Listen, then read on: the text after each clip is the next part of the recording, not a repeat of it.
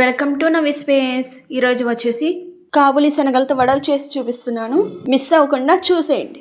ముందుగా కాబూలి శనగల్ని రాత్రంతా నానబెట్టుకోవాలి, లేదా మార్నింగ్ నానబెట్టుకొని ఈవినింగ్ కైనా చక్కగా చేసుకోవచ్చు. ముందుగా ఒక మిక్సీ జార్ తీసుకోవాలి.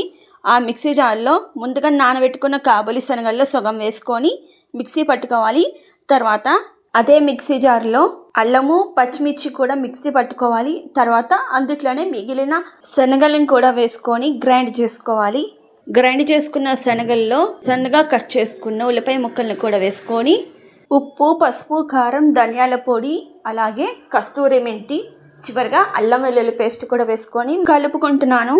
చూడండి, ఇక్కడ చూపించినట్లు ఒత్తుకుంటే ఇరగకుండా రావాలి. ఒకవేళ అలా వస్తుంది అంటే అందుట్లో కొద్దిగా శనగపిండి వేసుకొని కలుపుకోండి. ఇక్కడ నేను వడల్ని ఆయిల్లో వేసుకొని ఫ్రై చేసుకోవట్లేదండి. బాండీలో 2 or 3 teaspoons ఆయిల్ వేసుకొని ఇక్కడ చూపించినట్లు ఈ మిశ్రమంని ఒత్తుకొని వేసుకుంటున్నాను. ఇక్కడ నేను తక్కువ మంట మీద ఫ్రై చేసుకుంటున్నాను. ఇక్కడ చూపించినట్లు బ్రౌన్ కలర్లోకి వచ్చే వరకు ఫ్రై చేసుకోవాలి. తర్వాత మరొక వైపుకి కూడా తిప్పుకొని ఫ్రై చేసుకుంటే సరిపోతుంది. నూనెలో వేసుకొని ఫ్రై చేసుకోకపోయినా కూడా చాలా అంటే చాలా క్రిస్పీగా ఉంటాయి. మీరు కూడా తప్పకుండా ట్రై చేసి ఎలా వచ్చినాయి అనేది కూడా కామెంట్ చేయండి. ఇక్కడ చూపించినట్లు అన్ని వడలు కూడా వేసేసుకుంటే సరిపోతుంది.